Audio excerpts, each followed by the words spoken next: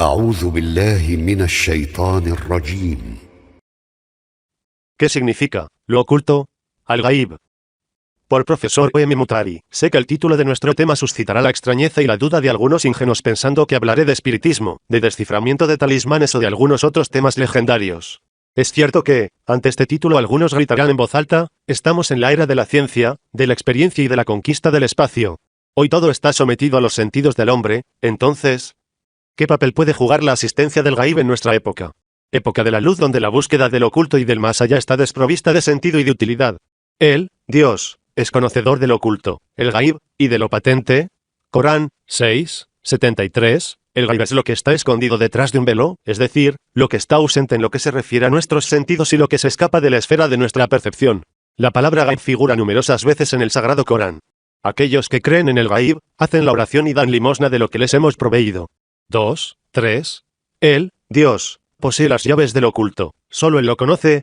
6:59. Estas aleyas coránicas han sido de una gran importancia para los filósofos musulmanes que han designado a la naturaleza material como Alam al-Shada, el mundo patente, y el más allá como Alam al-Ghaib, el mundo oculto. La literatura mística ha hablado del Ghaib con una forma de expresión que abunda en la poesía de Hafez, Khayyam, Molawi Sadi. La creencia en la existencia del mundo patente, Alam al-Shada, se basa en nuestros sentidos. Por lo tanto, no se tiene la necesidad de un guía para aprender a creer en este mundo. El guía puede solamente explicar los métodos de búsqueda necesarios para obtener un conocimiento más profundo de las verdades de este mundo. No se puede llegar a creer en el mundo del oculto, Alam al-Ghaib, a partir de nuestros sentidos.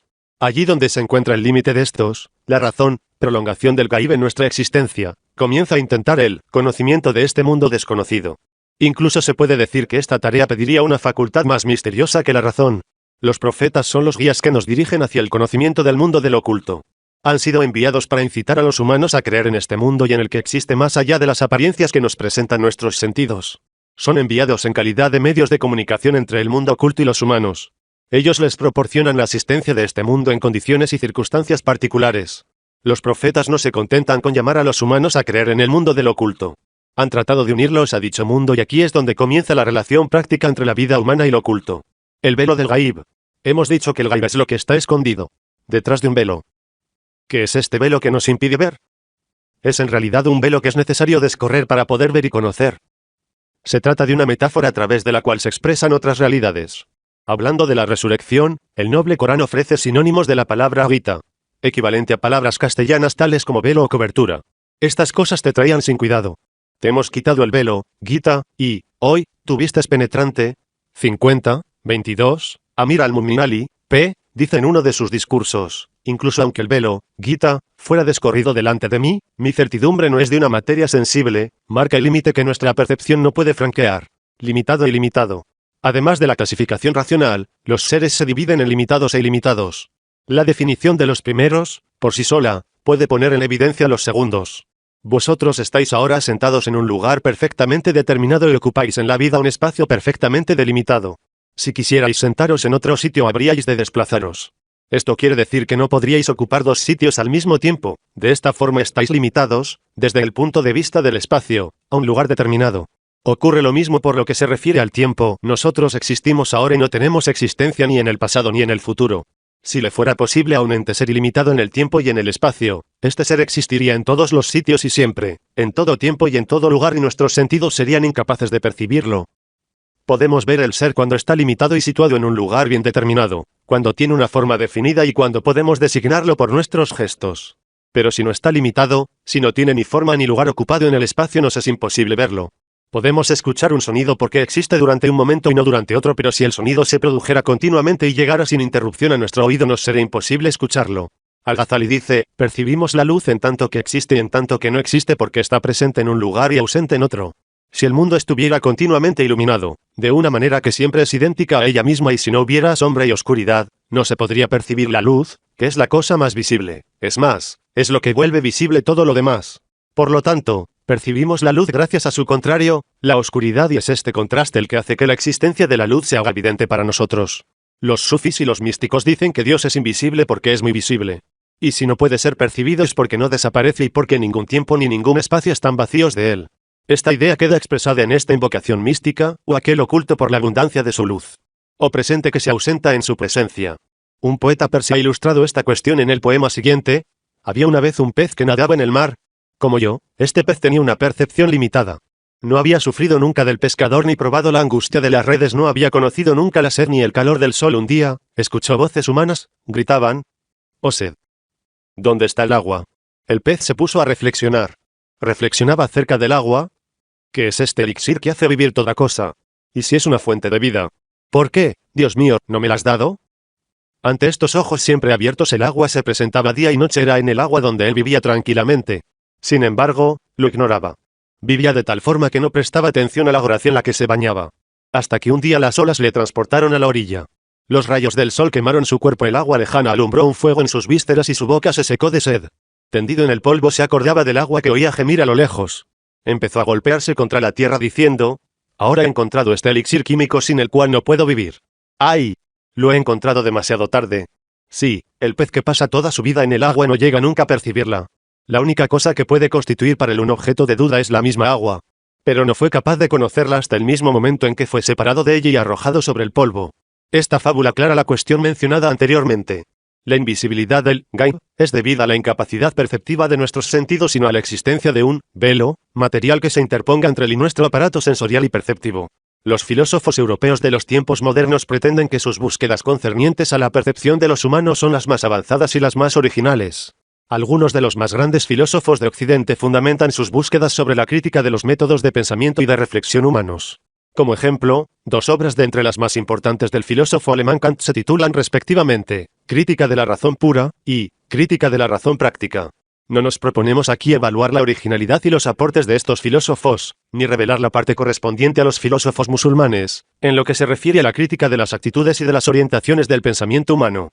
Nos contentamos solamente con llamar la atención sobre el hecho de que la filosofía islámica está acostumbrada a este tipo de críticas, pero bajo otros títulos.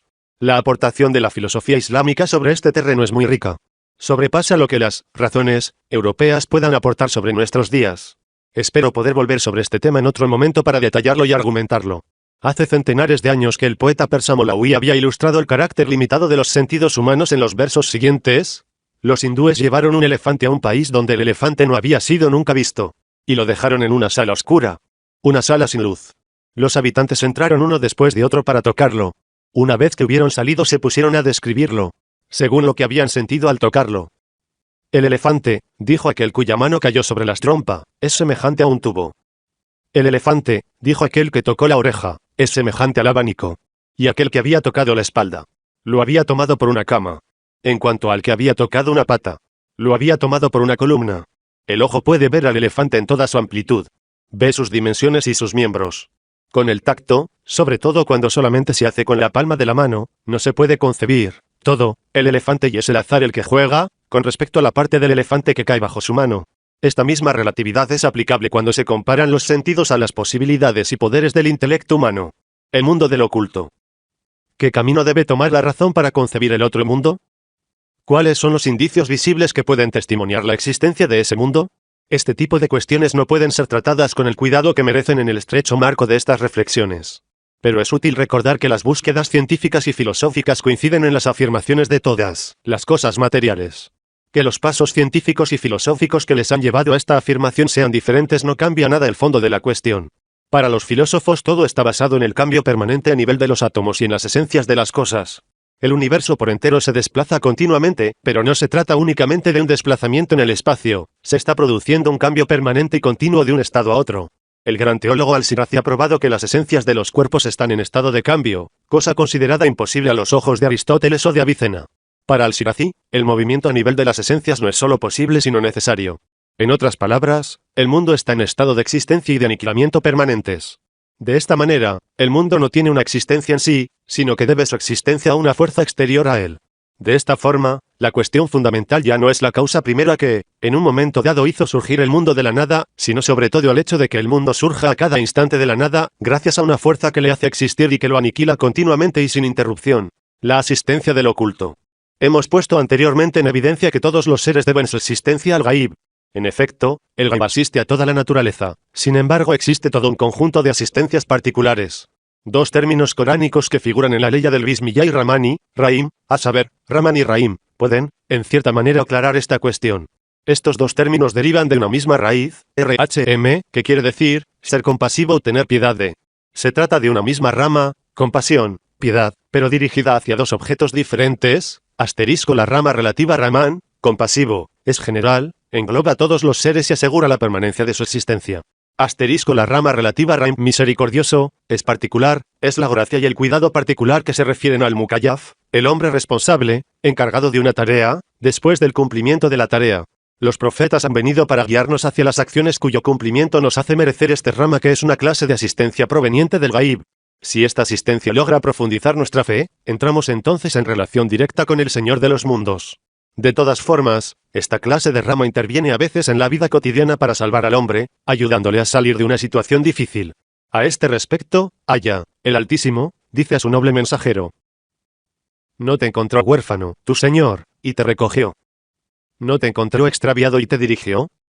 ¿No te encontró pobre y te enriqueció?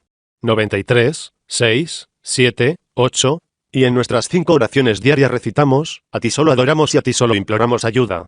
1, 5, naturalmente, esta recitación es una manera de implorar la asistencia del oculto.